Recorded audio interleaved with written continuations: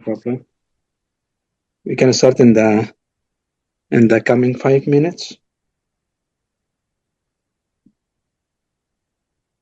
Okay. Okay. Okay. Bismillah ar-Rahman ar-Rahim. Good evening, all. Sorry for this delay because of this technical problem. Welcome all to our monthly meeting in Aga Khan University, the ophthalmology department. And let me welcome Dr. Mahmoud Ismail, my colleague, the pediatric ophthalmologist, consultant pediatric ophthalmologist, which is graduated from Cairo University and had his training in Cairo University hospitals. And then his fellowship was in the Research Institute of Ophthalmology, where he has finished his training in the pediatric ophthalmology. He has over 20 years experience in this subspecialty and is a holder of the FRCS Glasgow ICO Fellowship and membership of the APOS, ESA, and Royal College of Edinburgh. He's an invited speaker at the major national and international conferences, including ESA, Miyako, and other scientific meetings. He's also an active researcher with the peer-reviewed publications and the American Academy of Ophthalmology featured educational videos. He's a founder of the OFSA capsule on Facebook, Telegram, and the Strabismus story on YouTube channel. We'll share all of these things by the end of the presentation. Welcome, Dr. Mahmoud, and thank you to be our guest speaker tonight. Welcome, Dr. Hatem. First, I'd like to thank Dr. Hatem for giving me this chance to be with you today. It's my pleasure to share some my talks with you and take your feedback to learn together how we deal with strabismus cases. I know that the subject is usually tough subject, strabismus. We want now to simplify the subject and also approach the process of dealing with the strabismus cases in a stepwise manner. I hope this, inshallah, this talk help you a lot. And after I finish, and we can receive and open the door for any question, inshallah. Assalamu alaikum wa rahmatullahi wa barakatuh. Welcome everyone to the Strabismus course. I'm Mahmoud Ismail, and today we begin with one of the most important items in clinical practice. It's history taking. You will hear me say this many times. In strabismus, the story truly begins with history. A correct diagnosis often starts before you even touch the patient. So let's walk through how to take a smart, focused, and meaningful history. Before we start, these are a quick words about me. Let's start. In this modules, we will cover 5 main items. Aim of the history taking, strategies for taking history, how to analyze the information, silent examination, and real cases. By the end, you should feel confident approaching any strabismus patient. The complete workup of strabismus cases, starting from history and passing through examination, most important thing, visual acuity test, and then motor and sensory assessment. We will not forget to slit lamp examination, and finally, if any investigation requested before we set our plan of treatment. So this course is designed for resident general ophthalmologist, strabismologist, and FRCS candidate. No matter where you are in your training, strong history taking skills, of course, elevate your diagnostic accuracy right away. When I say the story begin, I mean that the story is not a checklist, it's a narrative. If you listen well, the patient or parent will tell you the diagnosis. The goal is to guide them gently through the story of what happened exactly to the eyes. I want you to see this video and give me your provisional diagnosis of this child.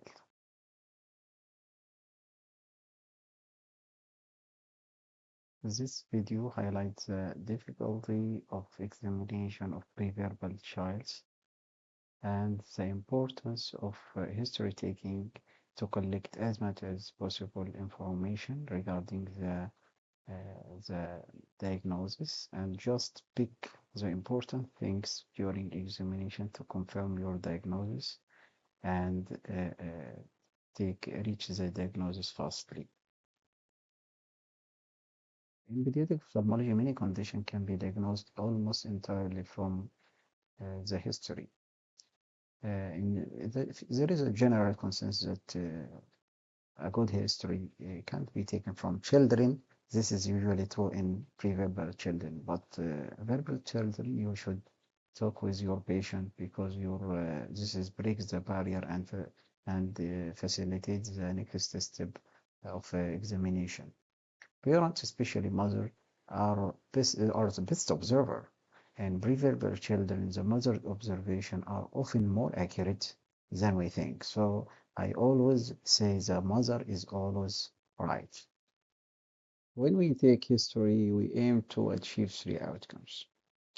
First one is reach provisional diagnosis. Second, have an idea about prognosis. For example, if the patient had history of amblyopia with poor compliance, think of potential sensory strabismus. Third item is plan of treatment.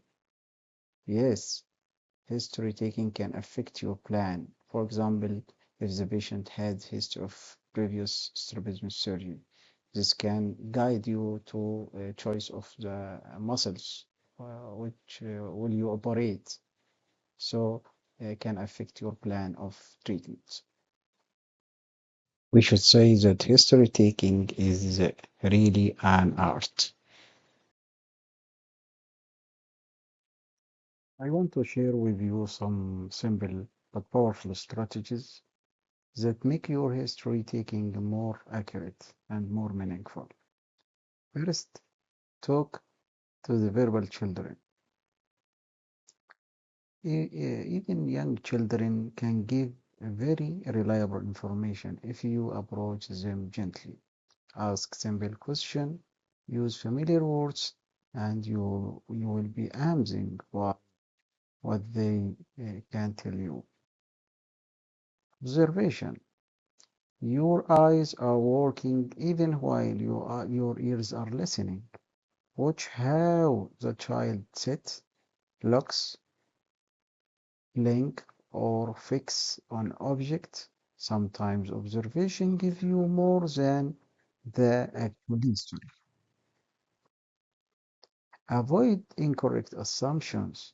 Never start the consultation with a fixed about the diagnosis. Children surprise us, and parents may observe things and describe things differently than what we expect. Go in with an open mind. And finally, listen with four ears. What this mean? This means that uh, listening to the parents' words and the child behavior at the same time. You listen to facts, the emotion, the body language. You gain a lot of information not seen by words. This combination of careful listening and careful observation is the secret to a high quality history in strabismus. So what is the items of our history? We start usually by present history, taking details about onset, course, duration, onset and mode of onset, then maternal history, neonatal history, developmental history, family history, eye history, systematic or systemic history and medication, and any association. Let's start by present history.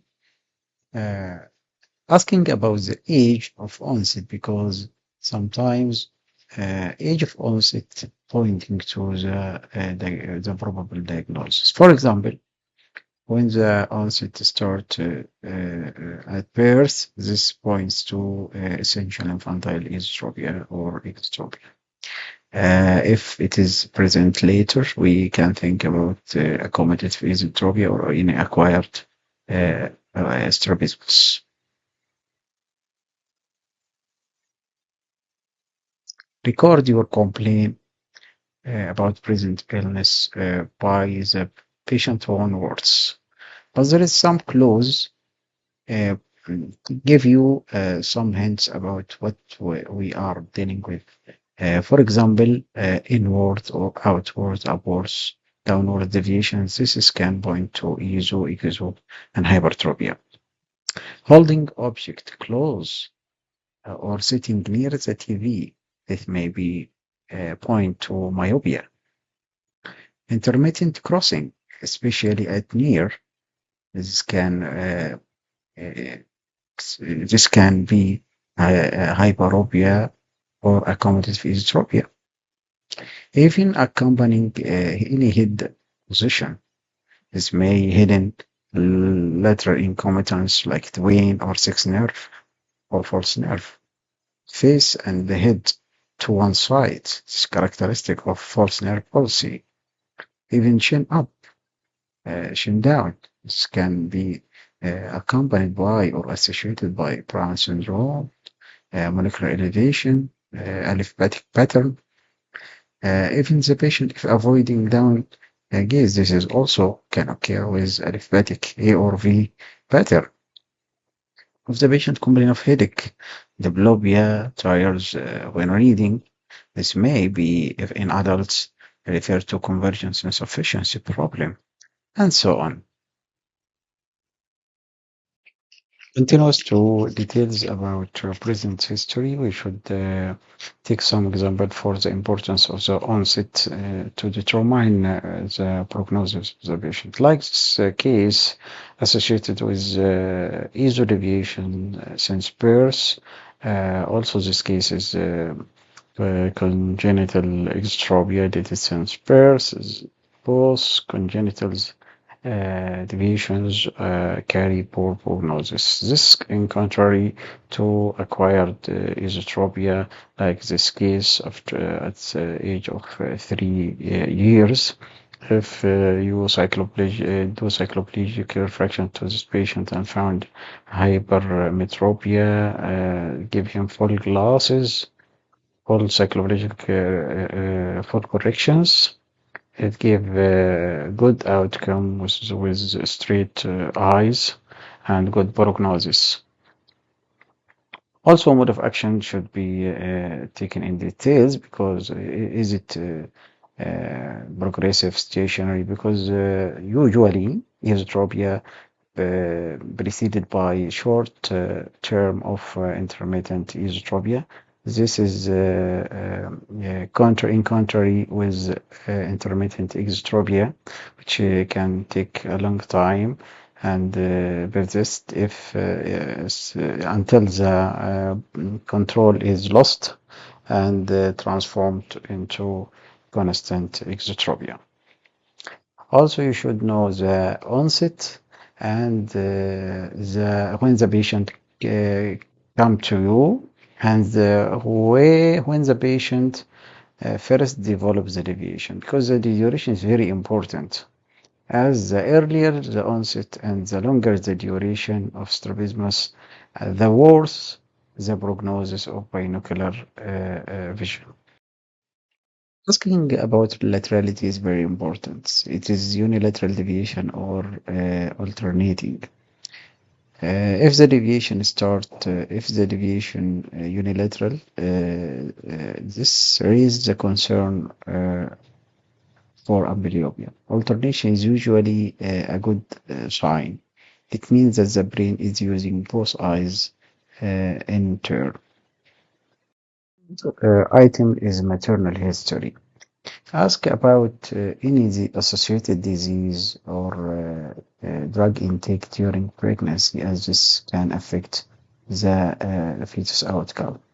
Also, mode of delivery is very important because this is give us clue about the causes of strabismus. Birth trauma can be cause deviations. Also, any history of miscarriage because this can hidden inherit some heritable diseases if it is frequency and recurrent. So we should ask about this. And here we focus on gestational age, birth weight, also neonatal stay, because some association with the retinopathy of prematurity can affect the child and in developing the strabismus.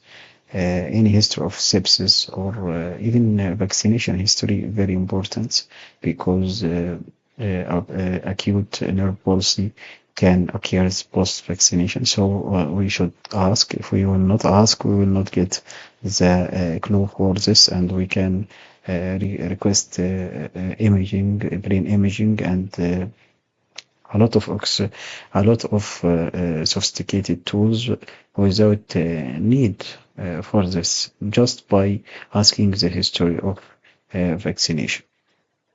Postnatal trauma is very important to ask about this because you should put in your mind that 40% of cases of physically abused children exhibit ocular complication, and any serious or suspicious injury should be reported to a general medical practitioner.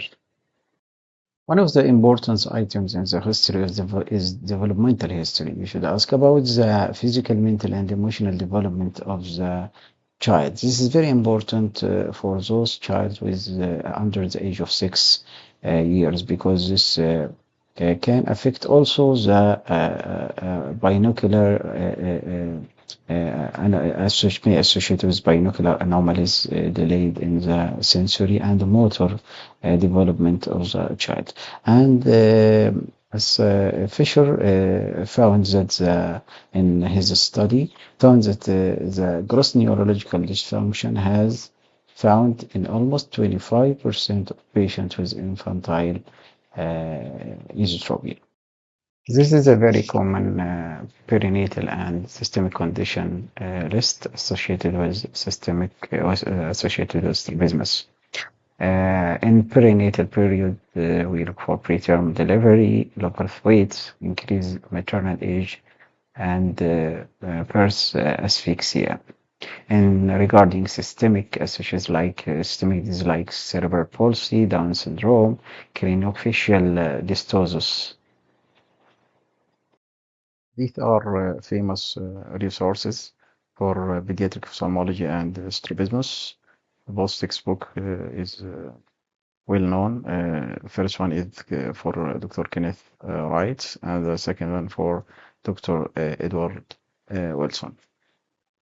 Now we shift to asking about family history. We should ask about consanguinity, any similar condition in the family, like these twins suffering from the same esotropia. Also ask about any history of amblyopia, strabismus surgery in the family.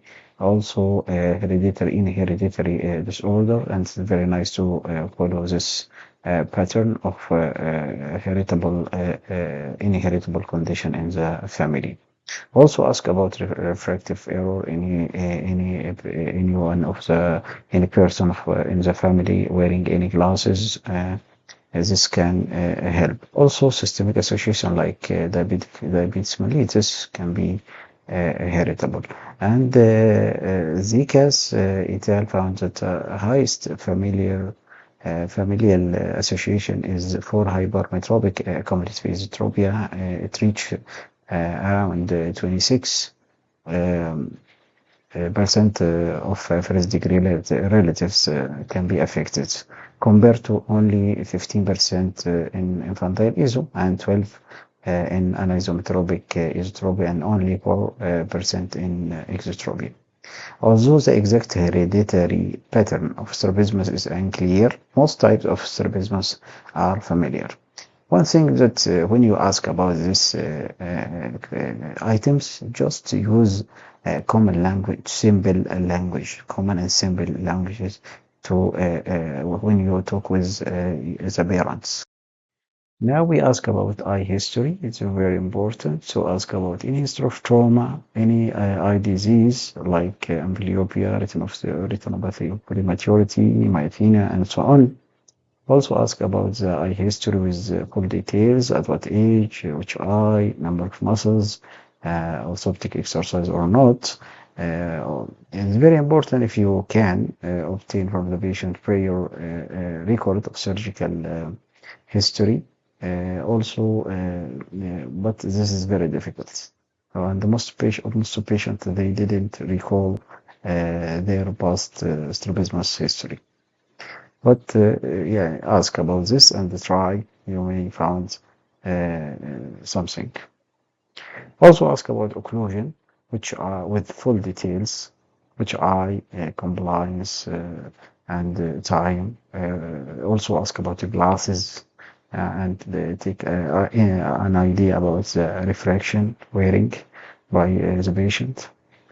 Sometimes the onset of the strabismus maybe early. So you want to, if you have a look for old photography, they give you an idea about the onset of the strabismus and what kind of deviation you deal with.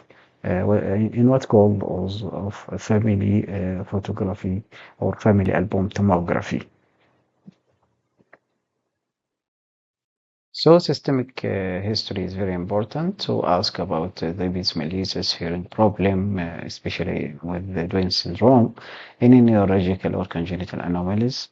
Also, history of allergy to medication, even eye drops before dilating the patient. Also, malignant hyperthermia, one of the most dangerous fetal condition, and we should ask about any family history of this. Also, any allergy to food and other substance. Very important thing that in certain types of strabismus, some doctors prescribe choline iodine eye drops. You should ask first before you prescribe this type of drops about the allergy to peanut because it could be a fetal from allergic condition, allergic reaction.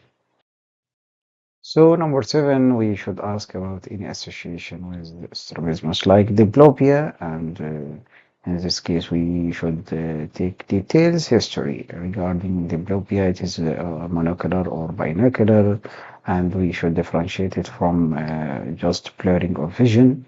The maximum diplopia was where it is gaze preference or at distance, near or pulse. Also, is it constant or intermittent to rule out myasthenia gravis? Also ask about what is abolish this diplopia, any certain abnormal head posture or patching.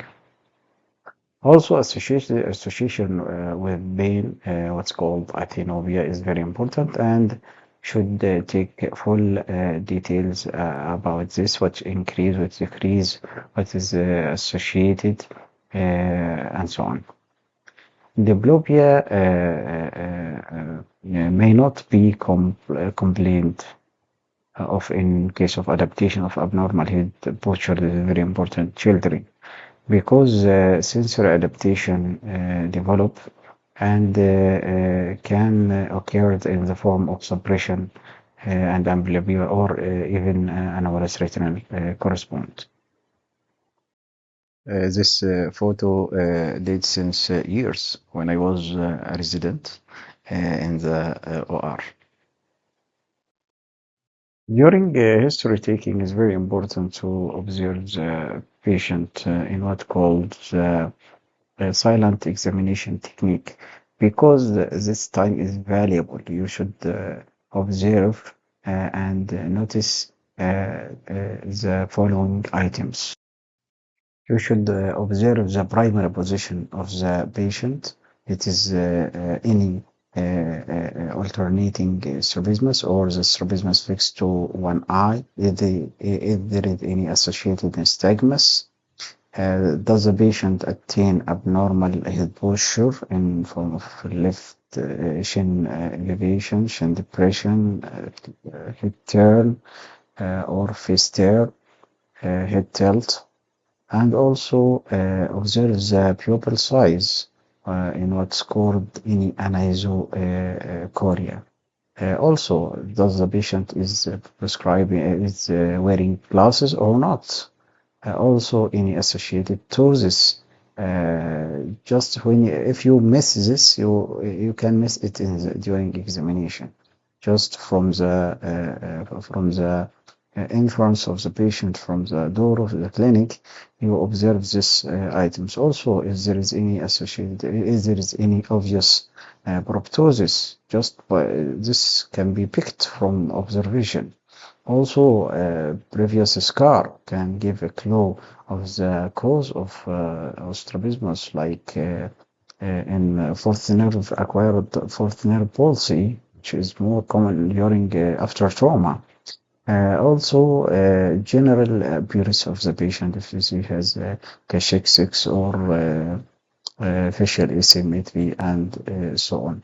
This is 8 P's for just for memorizing easily.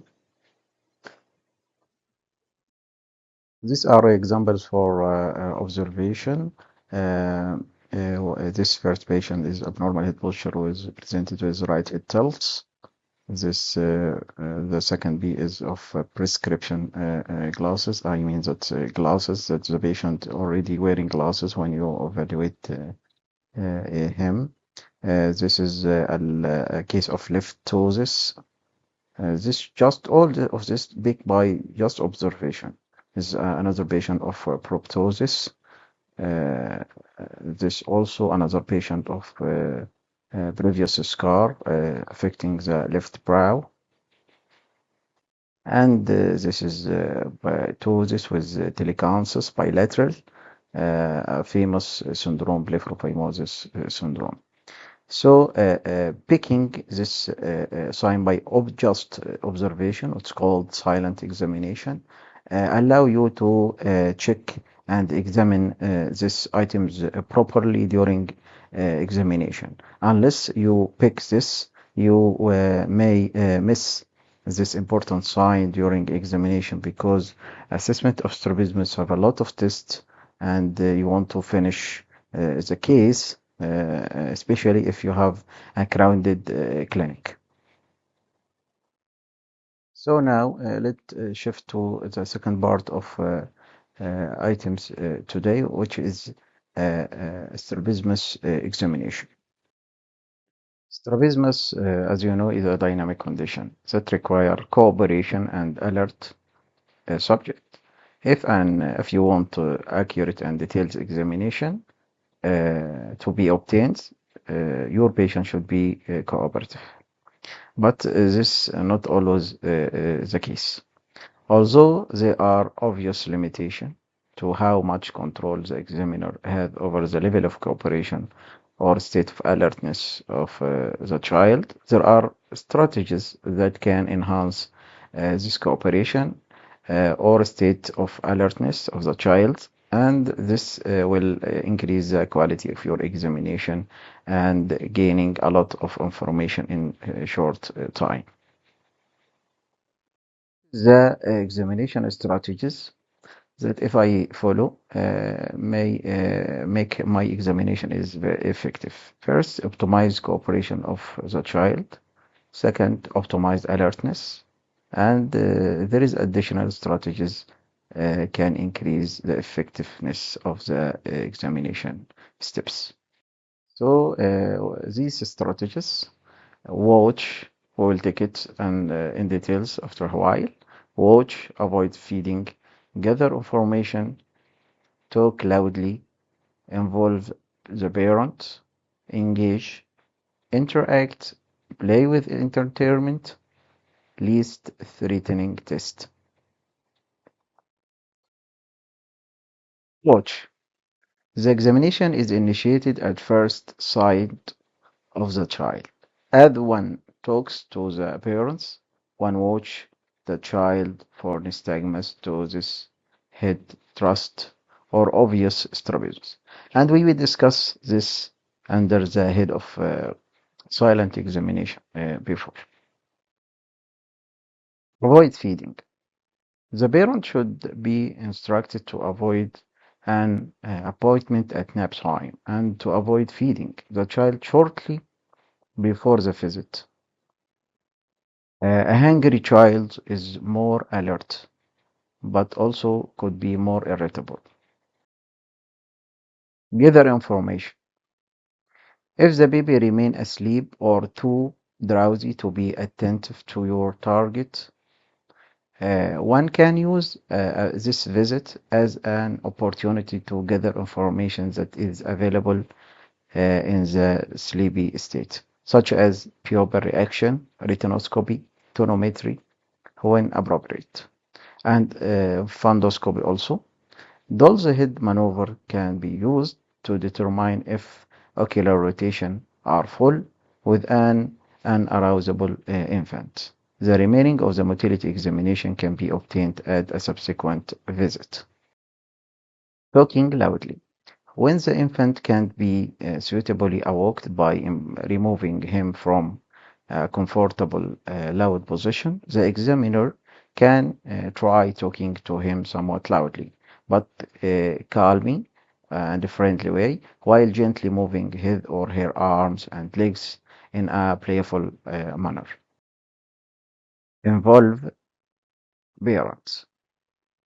If they are sitting in a parent lamp, another strategy for creating a feeling of safety is to involve the parent in the examination process by having them holding the fixation target or by holding a prism or a trial lens to the child's eyes to show the child that although the examiner's hand and tools are very close to their face, they will not harm them.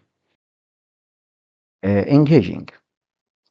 With young children who are verbal, engaging them in friendly conversation can be disarming. Once might ask them about the superhero or Disney princess or on an items of clothing of him that they are wearing, or telling them about some of the toy that examiner will show them during the examination.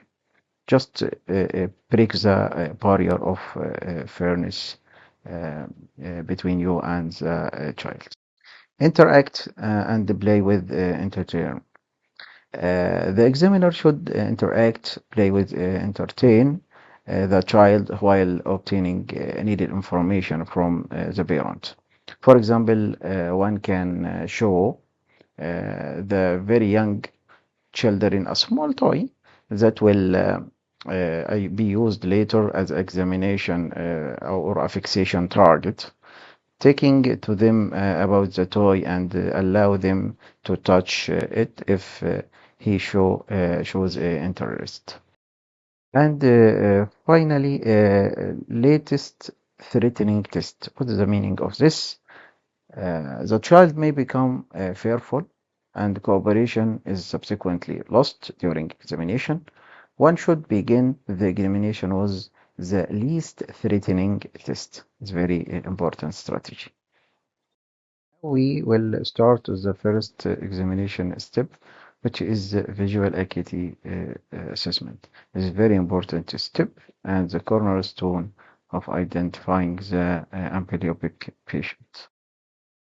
What we want from during visual acuity assessment, we want to assess the patient visual acuity in the far, in the near, with both eyes, and with and without glasses. Let's take some information regarding the expected visual acuity during the child age. Different studies proved that the visual acuity measures about 360 at birth and increases gradually to reach 612 at 1 year, and 6.9 to 6.6 can be reached between 3 to 5 years. Refraction of the newborn. Most of the newborn are hypermetrope. High hypermetropia is in growth retarded infants expected. Foveal cones don't attain adult appearance until 3 to 4 months after term birth. What is the application of this information? If the patient if the parent come to you complaining of variable strabismus during the first to 1 or 2 uh, months after birth. Usually we didn't consider this as a strabismus because during this period there is the fixation not fully matures, and this is a wandering movement other than true strabismus. So the real evaluation of the child trustable is after around 5 to 6 months. Go through details of how to evaluate vision in preverbal and pre-literate infants and child. Vision assessment regarding the method used to assess visual acuity will be dedicated by the child level of development and degree of cooperation. Prior to the child reaching the stage at which Snellen acuity can be obtained, there are several approaches to obtain and estimate or measure visual acuity. Some are quantitative and others are qualitative. So here test is used below 2.5 years of age. Usually we depend on practically on fixation and follow. You see these photos.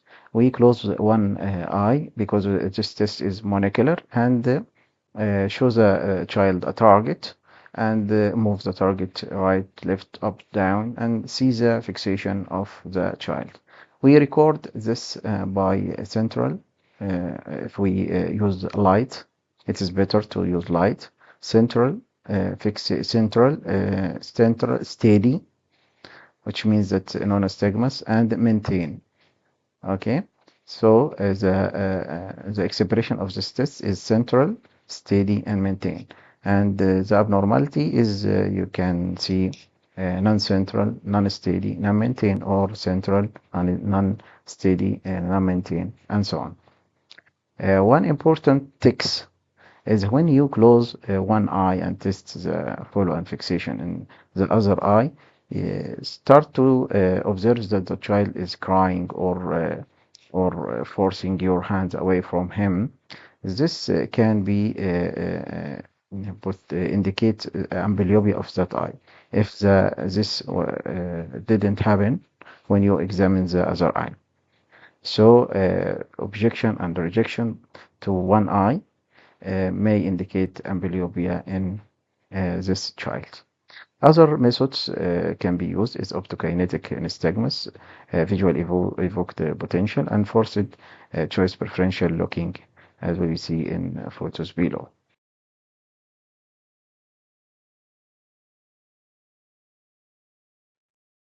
This stellar acuity card. So test when the patient grow and reach 5 years, we can use Allen picture cards, Lambda ranks, HOTV test, and Trombeling e-test, Sheridan Gardiner test also can be used.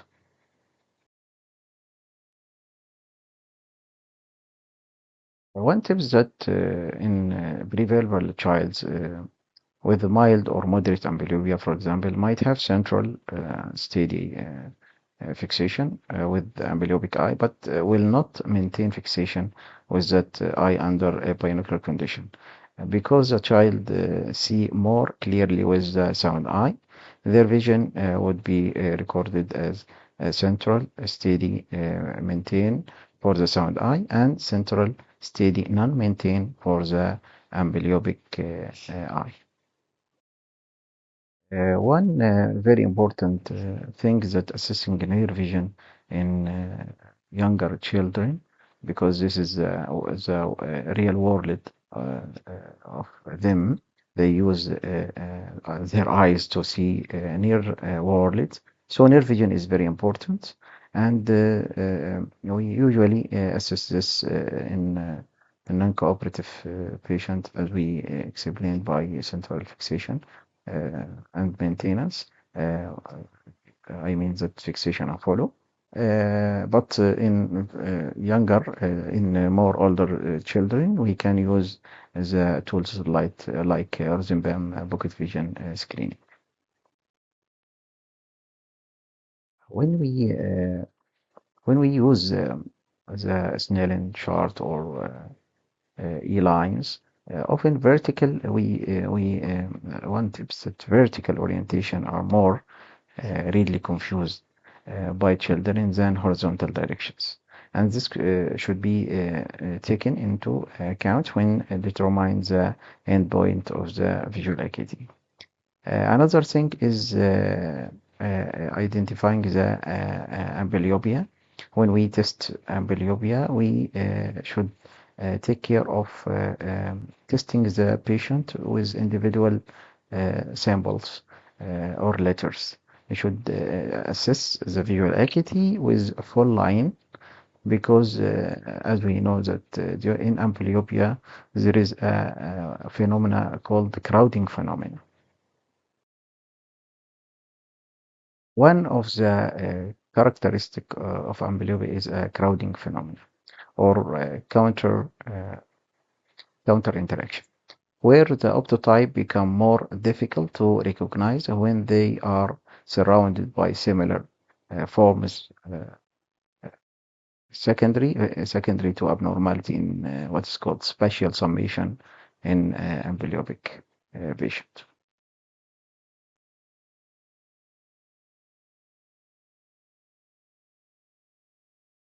The interesting thing is that there are some warning signs which indicate that the visual acuity should be tested immediately in children. These include abnormality of the eyes, eyeball, conjunctiva, cornea, or pupil. I mean, when the child was born. Um, uh, Strabismus, nystagmus, presence of abnormal head posture or torticollis. Abnormal behavior suggests visual impairment like no smile by 2 months, a lack of interest in visual stimuli, no blinking at light from the first few days of life, no fixation reflex after 1 month, no blinking reflex in response to threat after 3 months, no perceive reflex, which is the ability to focus on a moving target after the age of 4 months, delay in acquiring ability to grasp objects. In addition to previous sign, in older children, bumping into things, falling over frequently, and tripping over the pavement or steps. After the child starts speaking, if the child starts complaining of stinging or blurring as problems with far or near vision, or during watching TV closely, complain of diplopia or headache, so just vision disorder when they occur at the end of the day or after starting for a long time, starting after for a long time. Also prematurity and low birth weight, cerebral palsy, neuromotor disorder, chromosomal abnormality, craniostenosis, or facial malformation, family history of refractive errors, strabismus, developmental delay, and or infection during pregnancy also necessitate visual acuity measurements.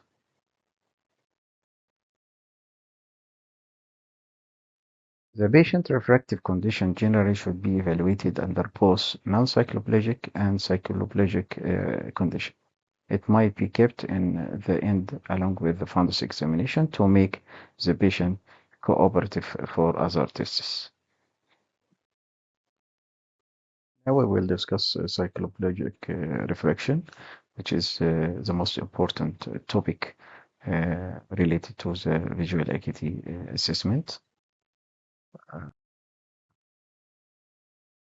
You should know that cycloplegic refraction is a must for every new strabismus patient. Here is a common agent used for cycloplegia. We use commonly atropine and cyclopentolate, but other agents can be used also. Phenylephrine, tropicamide, amatropine also can be used. This is side effects and mode of actions.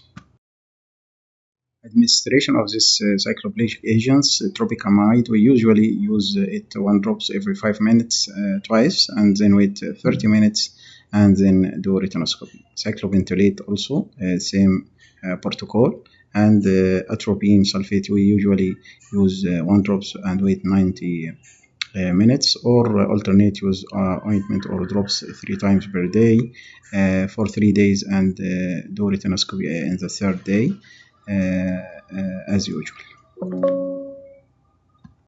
Sometimes some tips and pearls regarding cycloplegia or cycloplegic refractions. One must always strive to obtain a complete and accurate estimate of the refractive error as much as possible. 1% atropine sulfate ointment should be used in children up to 5 years of age, and cyclopentolate or home atropine can be used after 5 years of age. This is a classic teaching, but practically some doctors do another protocols, as we will see. Cyclopentolate can cause neurological symptoms and should be avoided in children with any associated neurological condition.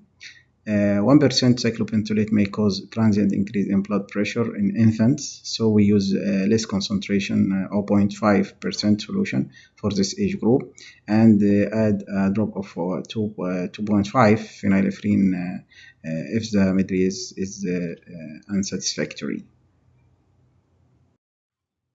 The standard protocol in older children can be 1 drops of cyclopentolate, 1%, and phenylephrine tropicamide combination followed by cyclopentolate agent in each eye, 5 minutes apart. Then perform your refraction 30 to 40 minutes after the last drop. Patient with blue eyes or patient with ocular albinism should receive 1 set of drops. The mydriatic effect comes on sooner and last longer than the cycloplegic effect. If the patient show varying refractive error during retinoscopy, then it's likely that the patient has only partial cycloplegia and require more drops. In cases of heavy pigmented eyes or in patients with variable refraction or esotropia, esophoria, it may be advisable to have the patient return for 1% atropine refraction protocol. In this patient, ointment atropine should be given to both eyes twice a day for 3 days before the refraction. It's important to put a little bit of ointment to avoid systemic side effect. Recent study showing that cycloplegic effect of 1% atropine and 1% cyclopentolate are the same in hypermetropic, or esotropic, or normal children. Since cyclopentolate may cause transient increase in blood pressure in infants, as we mentioned before, we use less concentration. But most physicians use atropine for children less than 5 years, sometimes even up to 8 years, especially in cases of esotropia, and cyclopentolate for children older than 5 years. After installation of any drops, excess should be whipped, and canalicular compression for 30 minutes applied. Contrary to popular belief, hypermetropia may increase up to 7 years. Hence, repeat cycloplegic refraction should be done every 6 months or whenever necessary, whichever is earlier, and continue till up to 10 to 12 years. After that, the decision to use cycloplegic can be tailored based on the refractive error. So my talk today finished, and I will open the door for any question and further discussion. Thank you very much.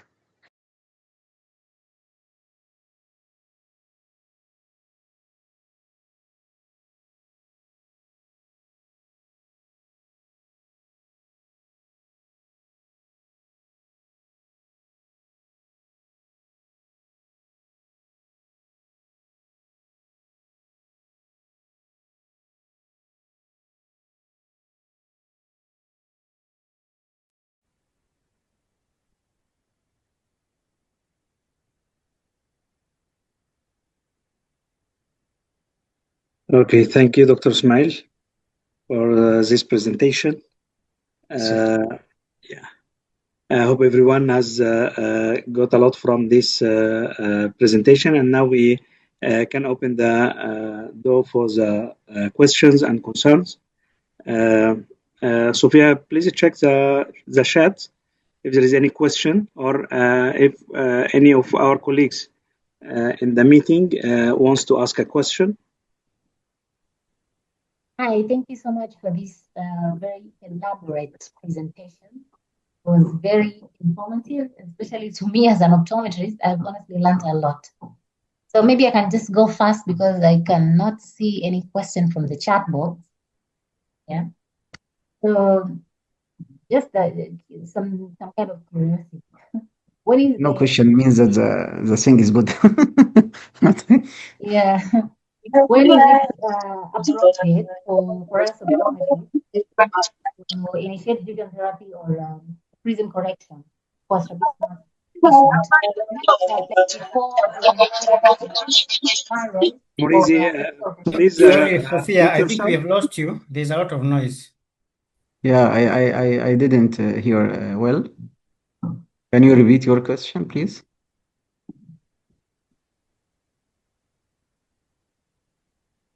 you're still hearing some echo? Sophia, I think You you still are. getting echo? Now it's better. Now is okay. Oh, okay. Yeah, so I'm just asking when is it appropriate for an optometrist to initiate vision therapy Your voice or is cutting. Your voice. Can you Your write? voice. Can you write your question in the chat? Can you write your question? okay, sorry, there's a lot of noise where I am. But, people are just there's a construction going on actually. So let me just type it. Okay.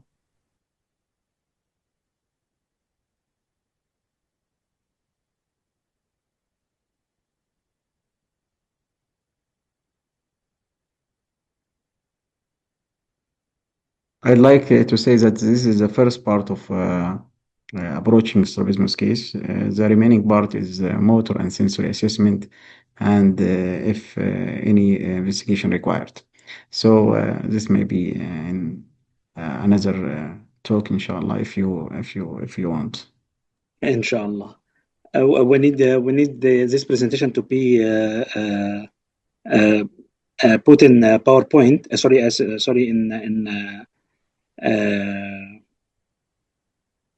maybe in PowerPoint or in PDF, and then we Yes. share with the group. Okay. I have a question in the chat regarding how can we measure strabismus when do we do the cover and cover alternate cover test? Yes, this item will be discussed details in the maybe the another talk, but in Hari, usually we have the cornerstone of identifying the impaired balance in regarding the extraocular muscle, which is called the strabismus, is the cover tests. We use cover and cover test to identify the which eye is abnormal, And we do alternate cover uncover test to explore all the deviations, because we know that there is manifest deviations and latent deviation. When you use alternate cover test, you actually give the full deviations, and this is the better way to measure the angle of deviations with alternate prism cover test. Uh,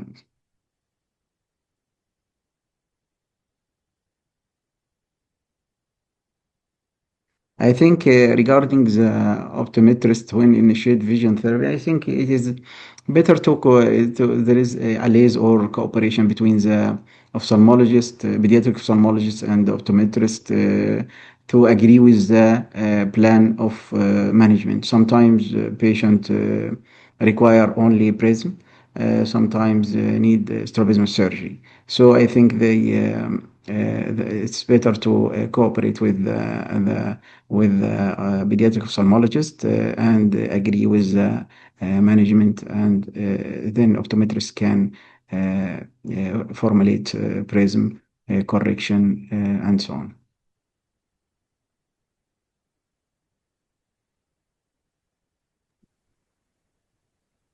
Any other question from the online attendees? Yeah, regarding crowding, there is a quick question regarding crowding phenomena. Just as a practical point, is the background of this in amblyopic patients, that the amblyopic patient see the single letters better than when the full line is seen by his eyes, regarding the amblyopic eye. So if you test the vision and reach to 612, say 612 or 2040, if you show him the next letter or next grade single, he can see. But if it is full line, they can't he can't see the same letters when he is full line. So this is a crowding phenomena related to the brain process in the amblyopic eyes, because there is a sort of competition. So it is better. The practical point here is to test full line of this patient, full line letters, and test every time with the same type of testing to standardize your measurement and to follow the progress or deterioration of the visual acuity.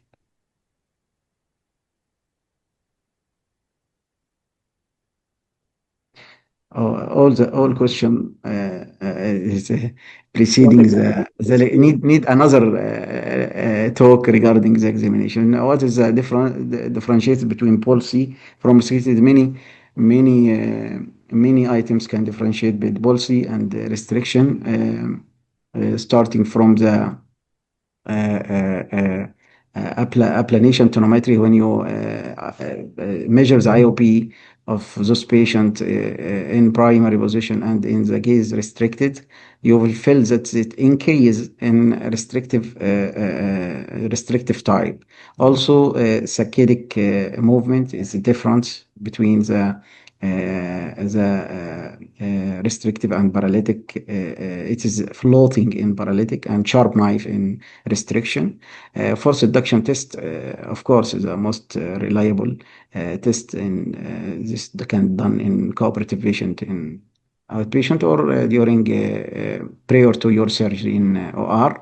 Force reduction test, we feel no restriction in paralytic strabismus and fill restriction in restrictive. This is the most important items, and also the cause. If you are take history about regarding the cause, we can differentiate between the restrictive and paralytic.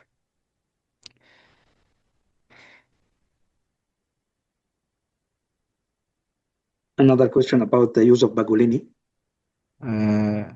Yes. Can you read the question, Mr. Hatim? What of the use of bagulini? Yes.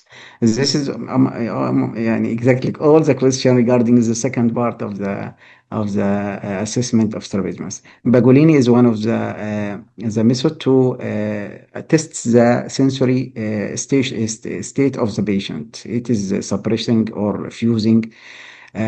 So we use Bagolini, darkening the room and see the patient the light and usually he see 4 line if he is normal or if he has a crossing line.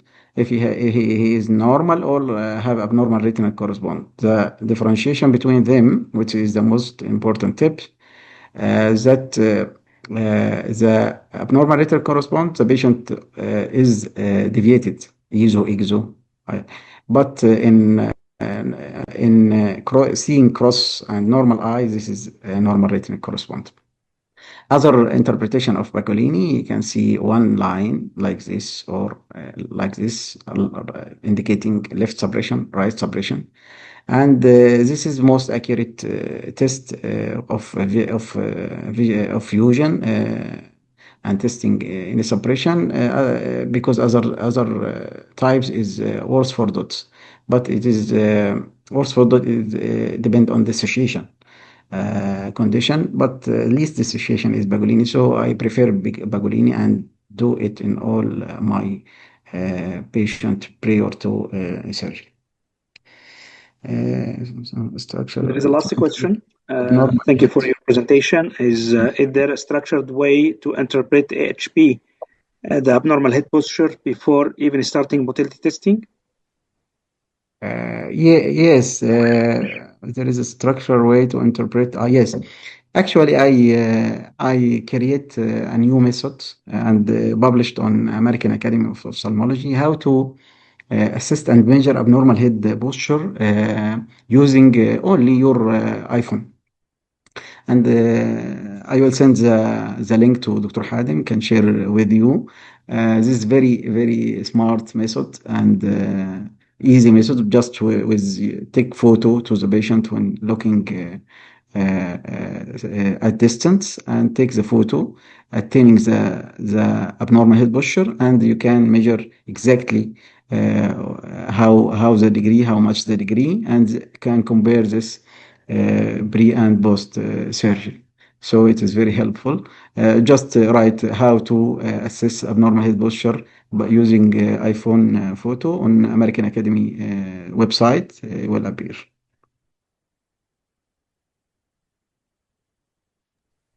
Okay, this is the last question, and so now there is another question came now.